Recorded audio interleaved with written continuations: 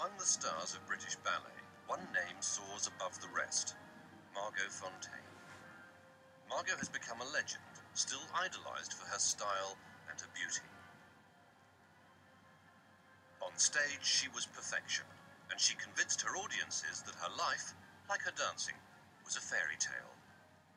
She could never admit her private tragedies, a love life shattered by betrayal, the failure of a revolution she secretly funded, and a career that she was forced to continue when she was long past her best. Her life was a performance from which she could never escape.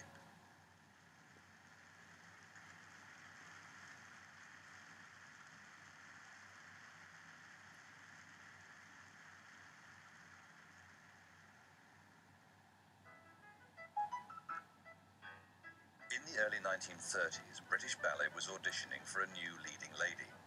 After years of Russian domination, it was determined to create its first homegrown prima ballerina. At 14 years old, Peggy Hookham had a weak jump, and her feet were compared to pats of butter. But the directors of the ballet realized she had potential. They saw a grace and a natural beauty they could use to create their star. But almost everything about her needed changing. The transformation began when Peggy Hookham was renamed Margot Fonteyn. She was still not even quite an adolescent. She was a pubescent girl when she was transformed into somebody new. Not only was her name changed, not only was her body changed to some extent, and that it had natural grace and harmony, but that was harnessed. She was also made to realize that obedience and accession to other people's desires was where her life lay.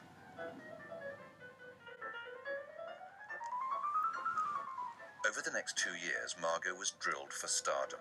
She needed to learn rigid discipline and absolute obedience as she was styled to become England's first leading ballerina.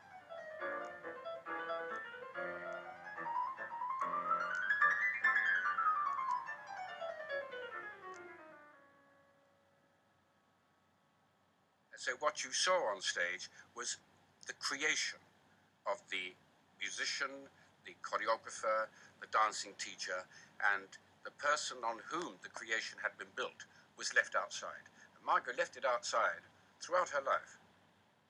Her mother, Hilda Hookham, had pushed Margot into ballet dancing at an early age. Half Brazilian and half Irish, she dedicated her life to her daughter's career.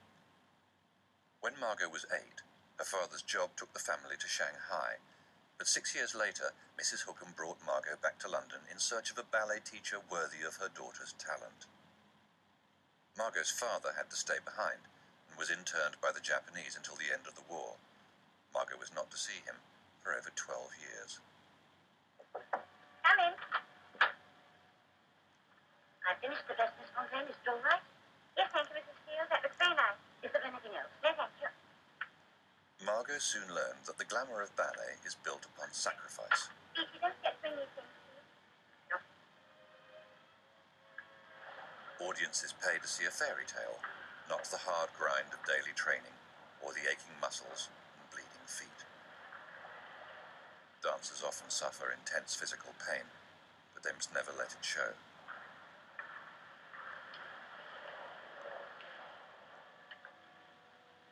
As the star ballerina, Margot Fonteyn, more than anyone, had to preserve the magic.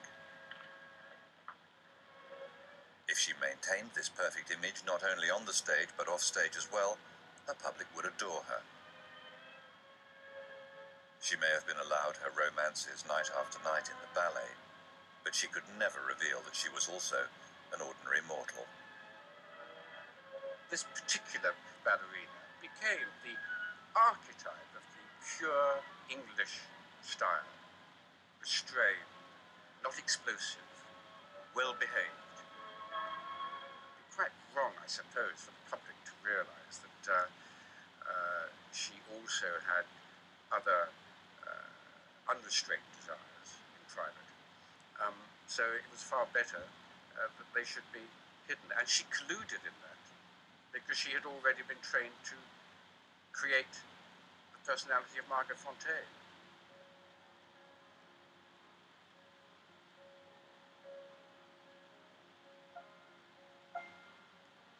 Margot first fell in love, she knew she would have to keep the affair secret.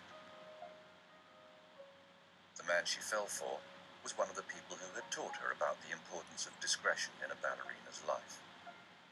Constant Lambert, the company's musical director, was a married man nearly 20 years her senior.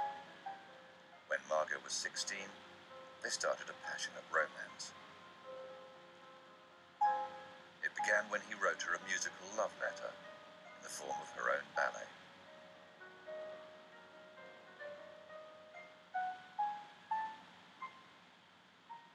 We had this terrific vitality and ebullience, and was enormous, of course, in size.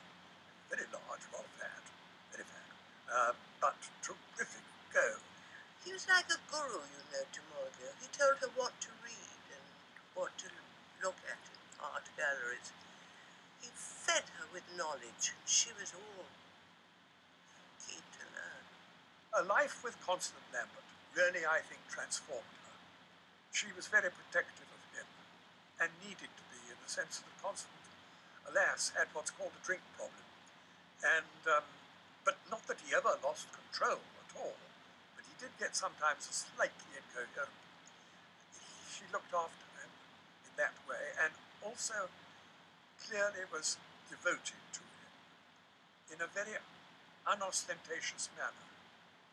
I dare say he wasn't everybody's cup of tea, but he certainly took her by storm, as it were. Despite his unsuitability, Margot wanted to marry Constant, but after 8 years together, having divorced his wife, he rejected Margot for another woman. Margot was devastated, but she had the discipline of her ballet training to fall back on. She denied the affair had ever happened. I once said to Margot, but still she weren't your little love with Constant. She said, oh, well, not, well, I wouldn't really say, no, not enough. No, we were very fond, or perhaps I was for a short time, but I was very young and stupid. She brushed it to one side, that I do know. That I do remember. That's not quite true, dear. Margot never did in her lifetime acknowledge the relationship that she had with Constant Lambert. But in her autobiography, she doesn't mention it. She never mentioned his name in conversation. But in fact, it was a powerful, passionate moment in her life, which she concealed.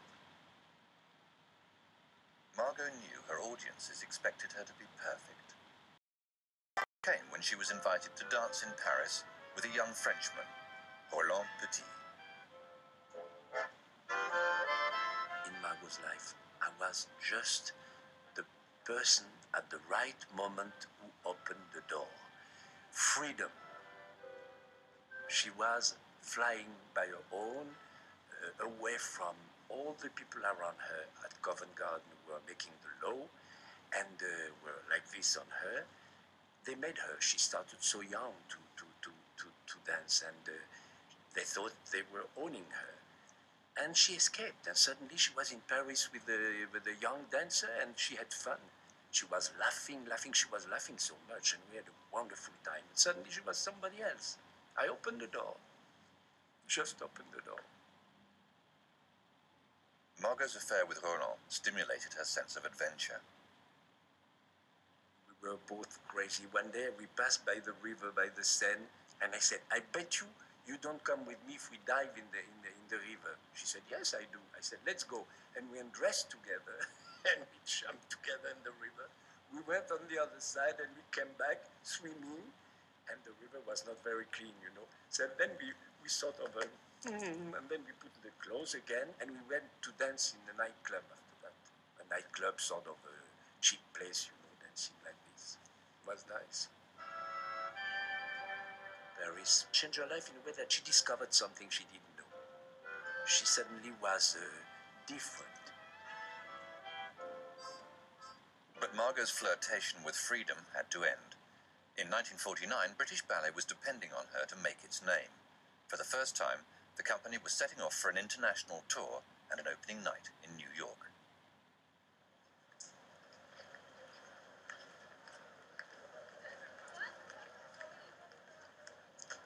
Margot had this fantastic ability to rise to a challenge. She was one of those people that in the rehearsal room was only half as good as she was on the stage. That first night in New York, Margot was going to show them she was the star, and having this enormous challenge, she rose to it.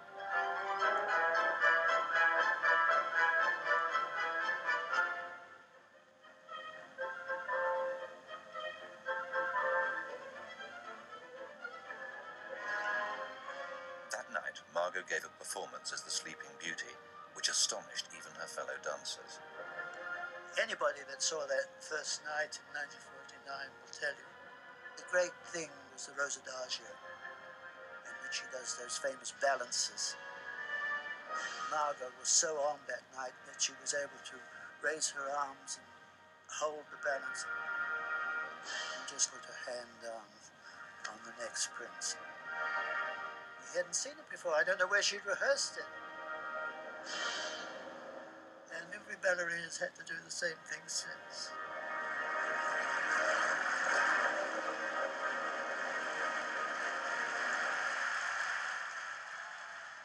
Margot's opening night in New York has become a landmark. She overwhelmed the critics. As one wrote, here is a ballerina with God-given talent, a perceptive sense of theatre, and a superb technique.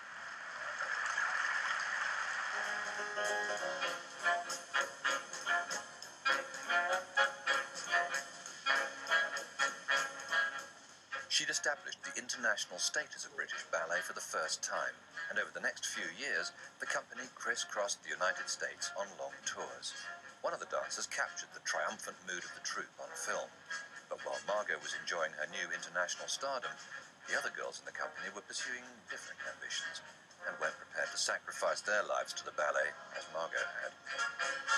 In the ballet establishment, they believed that you were married to heaven, you were a chosen person, a virgin you had to be with your art. And so marriage was not was frowned upon. But when Moira Shearer married Ludwig Kennedy in the early 50s, they were all shocked. And then Beryl Gray got married, and then later I got married. So suddenly all the ballerinas were married. And it was poor Margot. She's unmarried. She adored men, but she hadn't met Mr. Right. She had definitely not fallen in love with Mr. Right. And I think she probably felt that that was her one lack. At 34, Margot announced to her friends that she thought it unsuitable for a woman of her age to be unmarried. She told them she'd given herself a year to find a husband, a deadline she met with 3 months to spare. Roberto Arias, known as Tito, was the son of a former president of Panama. He'd first met Margot Fonteyn 17 years earlier when he was studying at Cambridge. By now a delegate to the United Nations, Tito was keen to reacquaint himself with the new international star. He was dazzled by her fame. Even though Tito was already married with 3 children, he was determined to win Margot.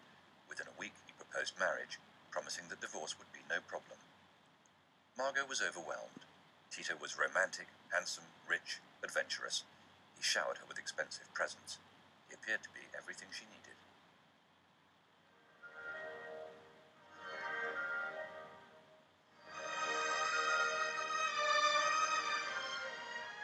Margot Fonteyn was to dance the role of Sleeping Beauty over 1,000 times during her life.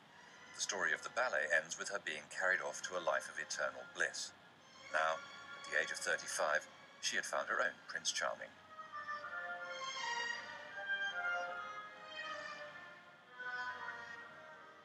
As the newly appointed Panamanian ambassador to London, Tito Arias offered his wife a new beginning. She had a marvellous, wonderful career, adored by everybody, and the only thing she hadn't had was marriage, and now she had this wonderful husband and a whole change of life, and she felt, I think this is it, and now I can have a marvellous married life. She lived the life of the ambassadress and loved every minute of it. You'd see her finishing rehearsal on the dot so she could go out to tea, put on a hat and gloves and everything, and make herself look all pretty. It was like another part in another ballet, you know, you play another role. It was new, it was different. After the marriage, Margot became a dame of the British Empire. Tito realized she would now be even more useful to him. When Tito married Margot, he was ébloui. He was marrying a star. He was marrying something that was so prestigious. You know, that was so good from the embassy, so good from all the embassies, so good because when he was inviting, I think people were coming to see Margot Fonteyn more than to see the ambassador. Above all, Margot brought Tito respectability. A notorious gambler, he'd twice been arrested for bootlegging and was rumoured to be involved in brothel keeping.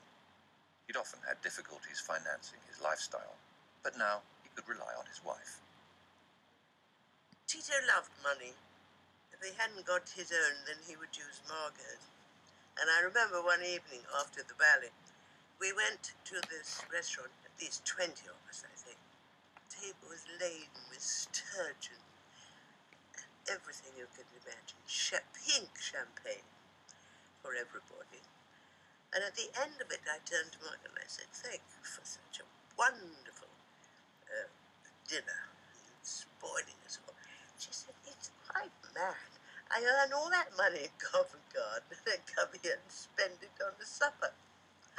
So I roared laughter. You couldn't help laughing because she was giggling away.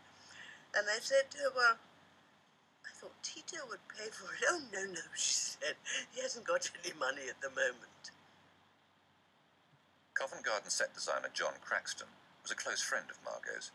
He too had suspicions about Tito.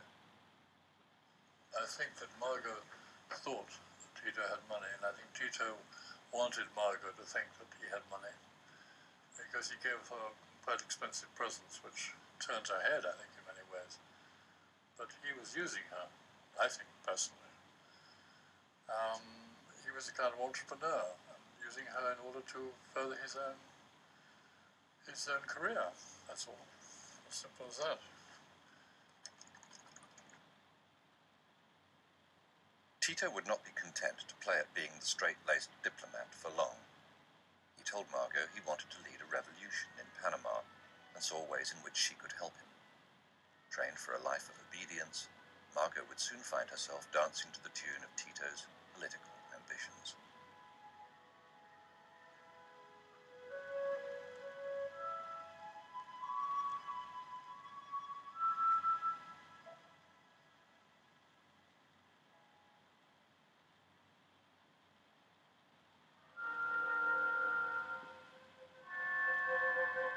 By 1959, Margot Fonteyn was at the peak of her career. Married for 4 years, she was starring in a ballet that brought out the side of her character which she usually kept hidden. In Ondine, she showed her longing for fantasy, adventure, and the unknown. As she danced, she was contemplating a real-life escapade. Her husband, Tito Arias, had resigned as Panamanian ambassador.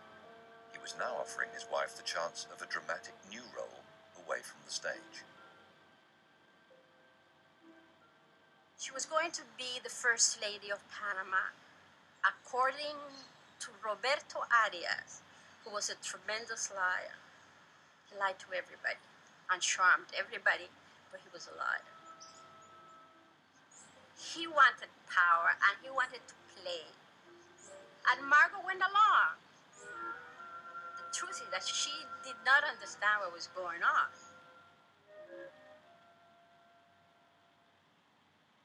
In the late 50s, revolutionary fever was sweeping through Central America, and Tito Arias decided it was time to plot a coup of his own. His grandfather and father had both been elected presidents of Panama, but Tito was not a statesman. He was a schemer. He hoped a left-wing revolution would bring him to power.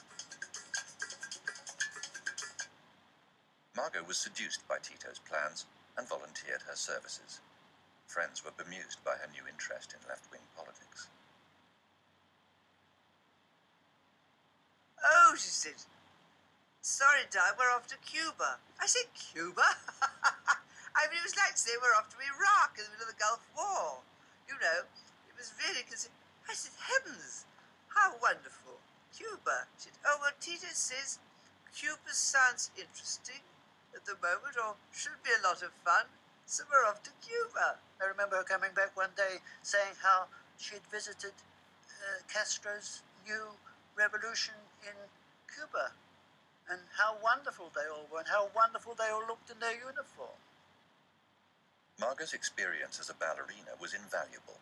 She knew the importance of costume and props for any successful production.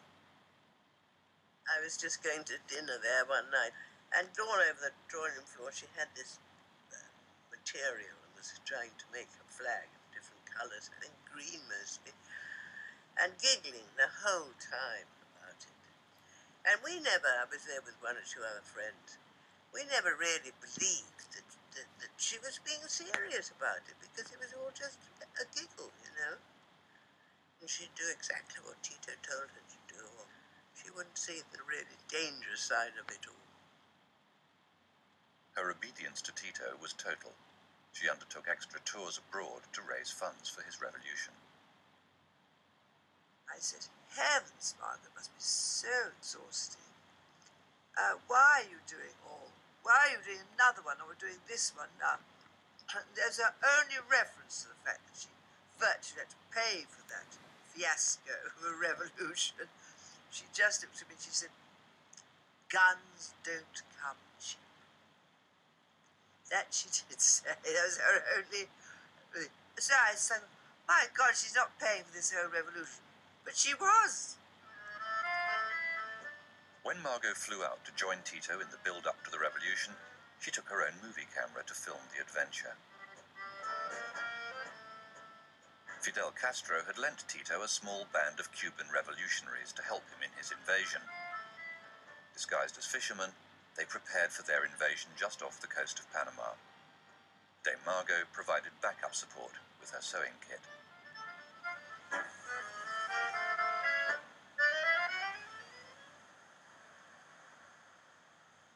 But the plot went badly wrong. Their fishing boat lost its steering and veered off course. The boat carrying the weapons sank, and the police rumbled the would-be invaders while they were still at sea.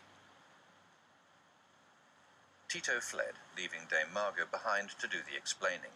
She was arrested and spent the night in the VIP cell, which had been hastily decorated with roses.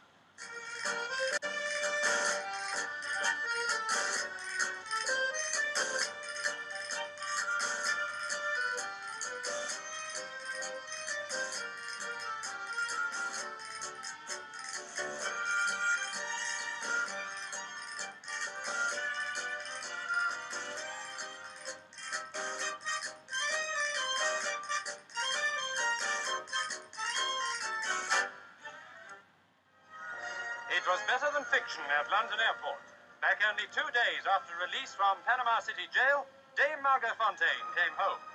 Self-possessed as though she were taking a bow, the great ballerina prepared to face another ordeal, meeting the press. To the press, her adventure suggested there was more to Dame Margot than her ice-cool ballerina image. But for Margot, it was a failure. True to form, her reaction was to dismiss the episode as if it had never happened. Now, see how to deal with the press. To every question, say, I won't answer that. I would rather not talk about it at all. that is my first question. That's what you're trying to say. Did I know about it before? Well, I'm not answering that question. Did you know that your husband knew about it? I'm not answering that question either. Did you carry a gun in Panama? I won't answer that question either, because you can guess whether I carried a gun or not.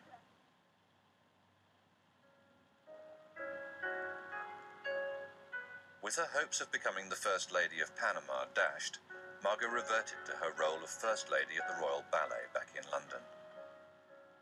She consoled herself with the disciplined ritual she knew so well. Tito's reaction was the opposite. He decided that what he needed was freedom.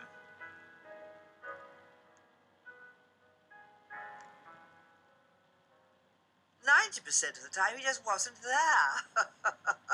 That's, I mean, probably wrong or not wrong. I mean, he just wasn't there, and this was horribly frustrating and lonely for her. Everybody would say, where's Tito, and how's Tito, and she hadn't heard from Tito.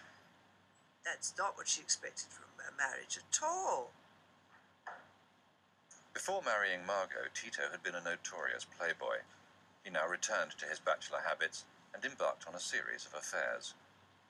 I suppose one must be absolutely honest and say that, he'd got everything he was going to get out of Margot now. Really. It was a good decline from then on. And in her fame and her earning power and her beauty and everything else, and he might well have gone off with a younger woman. Margot did her best to ignore her husband's philandering and hide it from her public. However much Tito hurt her, she decided she had to continue playing the role of the happily married Mrs. Arias. In a way, her world of make-believe off stage was not so much make-believe as let's conceal. So that if there were difficulties and disappointments and unhappinesses, she would negate them, neutralize them, by refusing to acknowledge them. She would turn a smile upon them. They therefore didn't exist any longer. The fact that her husband was unfaithful was untrue because she refused to think about it, to even use the words, and nobody dared suggest it in her presence. By the early 1960s, it seemed that Margot Fonteyn's best years were over. Her husband Tito was leading a separate life, and at 43, her career as a ballerina appeared to be drawing to a close. But waiting in the wings was a new beginning, in the shape of the 22-year-old Rudolf Nureyev.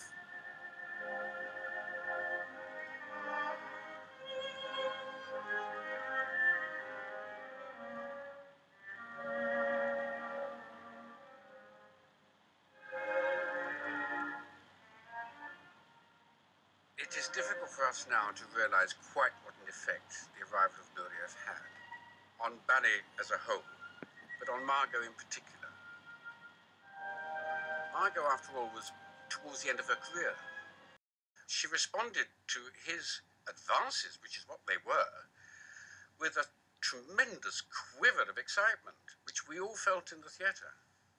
She must have had an affair with him. She must have fallen in love with him because it showed on the stage. I mean, Margot, who was always very correct, well-placed and everything, and rather reticent, suddenly, after she was dancing with Rudy, somehow became very feminine and relaxed and swayed and swooned on the stage. So, I mean, it was very obvious there was such a big change in her personality on stage. That's why I'm quite sure that she fell in love with Rudy. The couple soon became inseparable off stage as well as on. Though the ballet world still continues to deny their affair, there is no doubt that Rudolf and Margot had fallen deeply in love.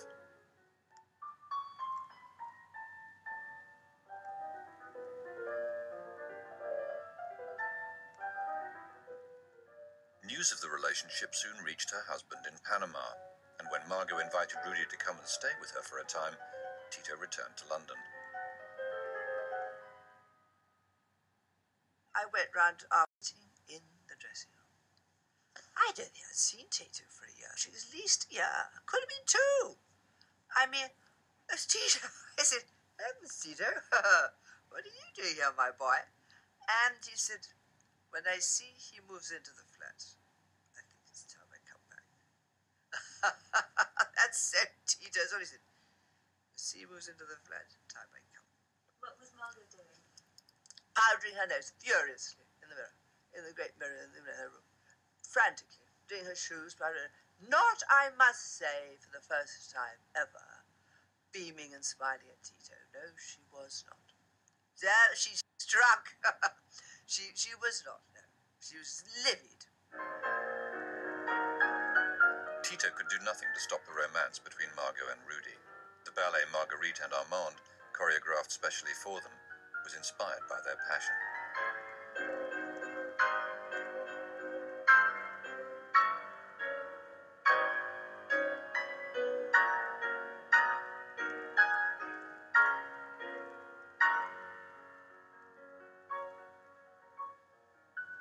At the age of 45, Margot knew she could no longer keep up the pretense of her marriage to Tito. Secretly, she decided to file for divorce. At the time, she was on a world ballet tour with Rudolph. Joan Thring was his assistant. Everybody knows the marriage was virtually over. And there was an arrangement between the two of them that Tito was supposed to come to Rome and meet her to discuss whatever was going on or wasn't going on in their marriage. And he never turned up, and there was no telephone call, no anything.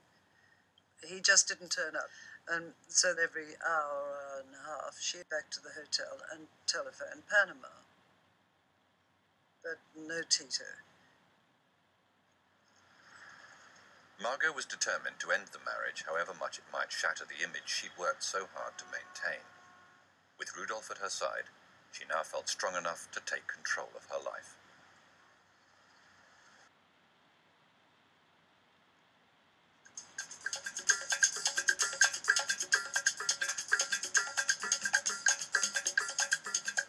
Tito Arias, the husband of Margot Fonteyn, was still trying to fulfill his political ambitions in Panama. While she was planning their divorce, he was campaigning to win a seat in Parliament, and as usual, he wasn't short of female company. On June the 8th, 1964, he was driving home after hearing of his election success. When he stopped at a set of traffic lights, he was shot 5 times at point-blank range.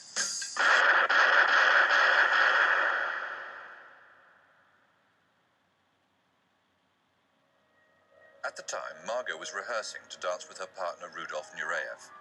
His assistant Joan Thring broke the news to her. She was amazed by her reaction. I told her that he'd been shot and that he was paralyzed, and they said it was quite serious, and if she wanted to see him, I said there is a possibility that things could go wrong, and I really ought to get you on a plane straight away. No, she wouldn't. She stayed. She remained in Bath and did a performance before acting upon it. The following morning, when Tito's assassination was front-page news, Margot had to choose. She could either make public her plans to divorce Tito or continue the pretense of being his devoted wife. Her back was absolutely against the wall. If you were Margot Fonteyn, and you've already shown or told the world that this was the greatest love affair of your life, and he adored her and she adored him, and it was all magic. It was a magical marriage, and that's what the world knew and believed. It's a bit difficult for them then to be asked to understand the fact that she's going to walk away from a cripple. She couldn't walk away. Dame Margot couldn't shatter her public image. She decided she had to bring her affair with Rudolph Nureyev to an end and return to Tito's side at once. In Panama, she discovered that Tito was paralyzed from the neck down. The doctors warned that a journey might kill him, but Margot wanted to bring him back to England. The Arias family did all they could to stop her. The one that insisted to take him to England was Margot. That must have taken a lot of guts. I mean, no matter if you are Margot or whoever, imagine having the whole Arias family saying, no, let's see what we can do here and everything. And she put this, man with 5 bullets in him on a plane and took him to... I think it just shows you, that whole feeling of, he's mine. The stroke Tito suffered as a result of the journey meant that he was never able to speak properly again. But Margot's course was set. The dedication and self-sacrifice that ballet had taught her, she now applied to Tito's care.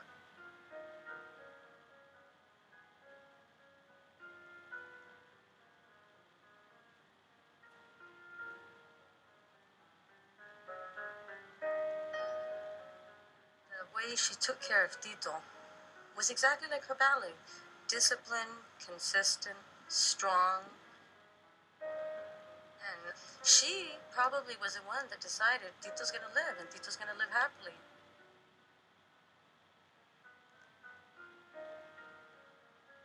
During his stay in Stoke Mandeville, she turned into a real martyr.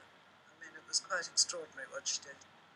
She lived in a tiny little box room down there, and she'd get up at about 6 in the morning so that she personally could feed him his breakfast. And then she'd catch a train to be in class by 9:30. After a performance, she'd get on a train again and go back in time to see Tito again before he went to sleep.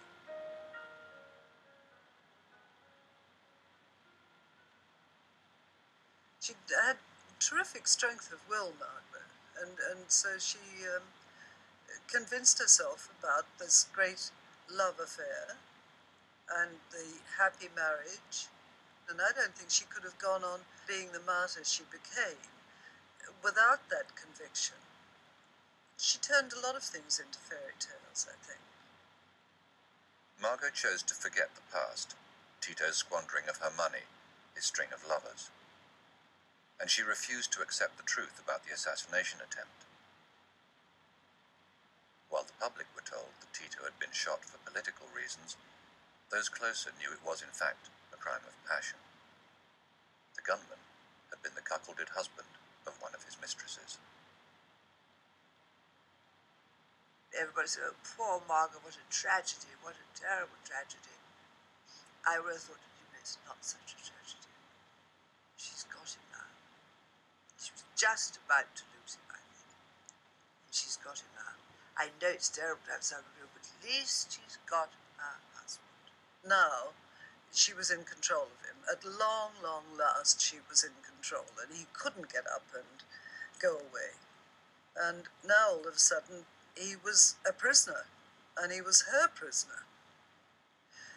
He, at that point, couldn't speak, but his eyes spoke volumes, and he was never happy with Margot around. You could see it in his eyes.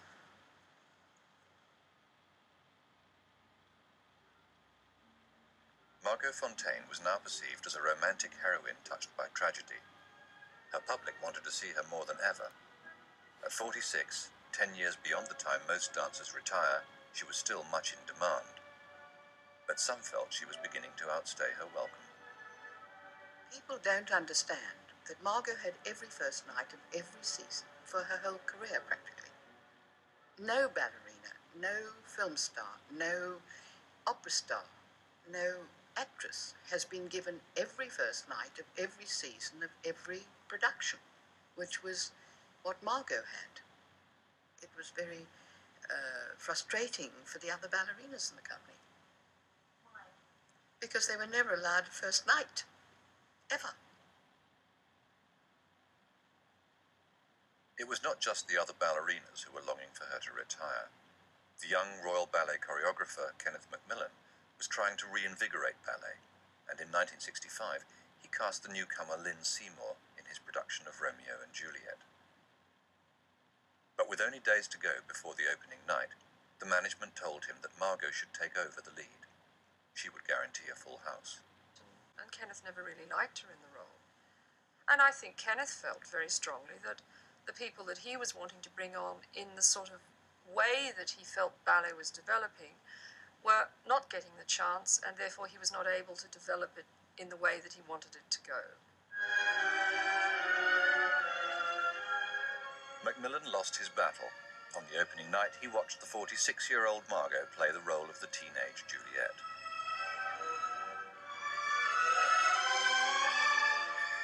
However much she was stifling younger talent, Margot had no choice but to go on. As long as she was in demand, she had to dance.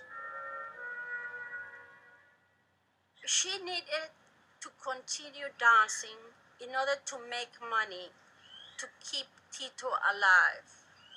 Tito cost a tremendous amount of money. Not only did she have to keep him alive, but she had to have the people that took care of him. Tito's medical care at the time was costing over $10,000 a month. It was up to Margot to provide it all. She never let on in the 60s and 70s how desperate life had become. And one must admire that. She never wore her heart on her sleeve. She never bleated, "Poor me." She never did anything like that. I mean, it was constant all-round nursing and care. And she just went on working to provide that. She said in those days, before Tito was shot, that the worst thing that can happen to a dancer is not to retire when the time has come. She was forced to continue dancing beyond her time. But even Margot could not go on forever. By the age of 50, she had developed arthritis in her feet and had to take painkillers before her performances. Rudolf Nureyev chose this moment to tell her he was moving on. He wanted to dance with younger ballerinas. I think he had respect for her and he was grateful to her, but he thought that she was too much like that on him, that he was becoming Margot's Fonteyn partner. And he didn't want to be Margot Fonteyn's partner. He wanted to be Rudolf Nureyev, and the girls had to be his partners. Without Rudolf, Margot was no longer as marketable as she had once been in London. But she still needed to earn. She became less and less discriminating about where she would perform. During the 70s and 80s, she accepted invitations to dance from unsavory regimes all over the world. Although still a quadriplegic, Tito was able to return to some of his old interests. He was using Margot's earnings not just for his medical care, but also to support his favorite Panamanian pastimes, politics and women. Before he had the accident, he had many love affairs. After he had the accident, when Margot was not here, his ex-lovers will come and take care of him. But when she came, they will disappear. I think Margot was aware that Tito had affairs, but there was nothing that could be done. I think Margot did not choose her men well because she did it more out of fantasy than of reality. And when a man doesn't love you, doesn't love you.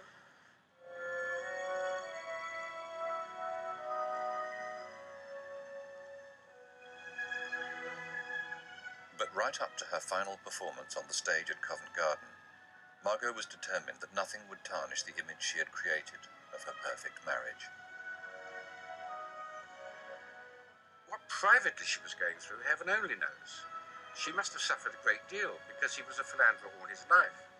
But she forgave him his infidelities because she, I suppose, thought that this is what was expected of her, yet again, fulfilling expectations.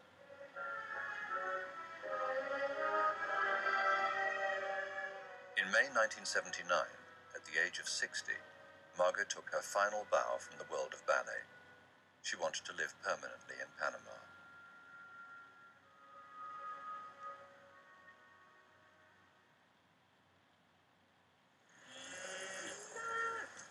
Margot had bought a small farm outside Panama City. With no children and no other home, she devoted herself to Tito and his latest passion for breeding bulls.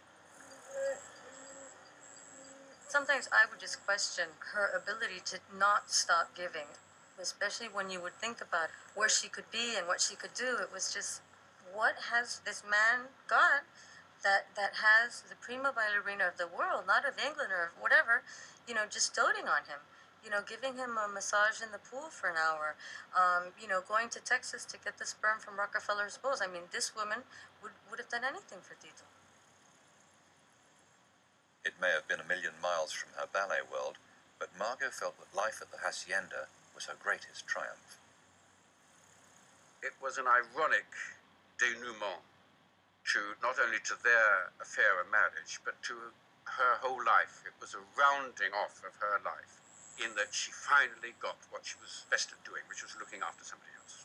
And he apparently was furious that he was dependent on her, but she was his voice, she was his nurse, she was his interpreter, she was his nanny, she was his mother, she was his wife. And he could do nothing without her.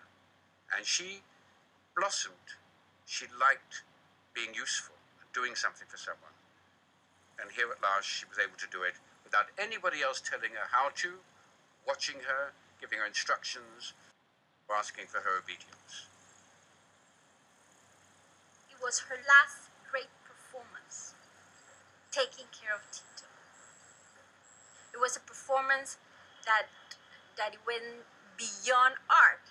It was a performance of life itself and love.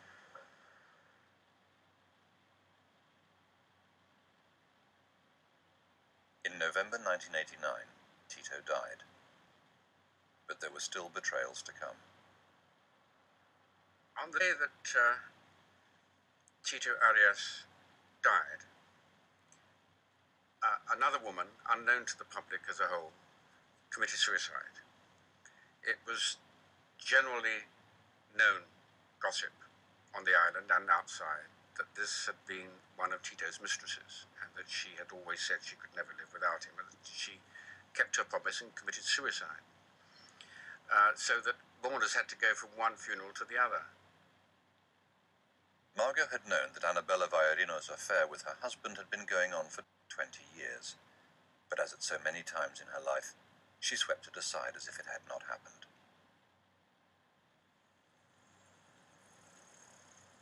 After his death, Margot discovered that Tito had mortgaged their house.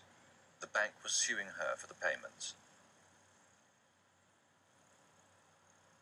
She had no choice but to auction her jewellery at Christie's and accept the proceeds from a fundraising gala held for her at Covent Garden. She desperately needed money to pay her own hospital bills. For the last 2 years of her life, she was receiving treatment for cancer, but she kept it secret. She wanted to spare her public the knowledge of her illness.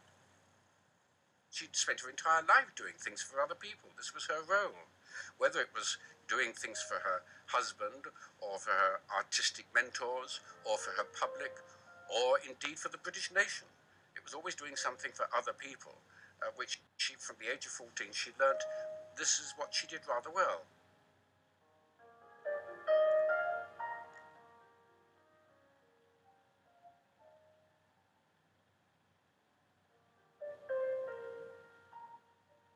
Margot Fonteyn died on February the 21st, 1991. She was 71. Her final wish was that she be buried next to her husband in the Arias family plot in Panama. Her tablet remains the smallest in the graveyard. In spite of all she did for them, neither the ballet world nor her family have marked her final resting place with anything more substantial. Margot had devoted her life to Tito and her ballet. At the end, both abandoned her.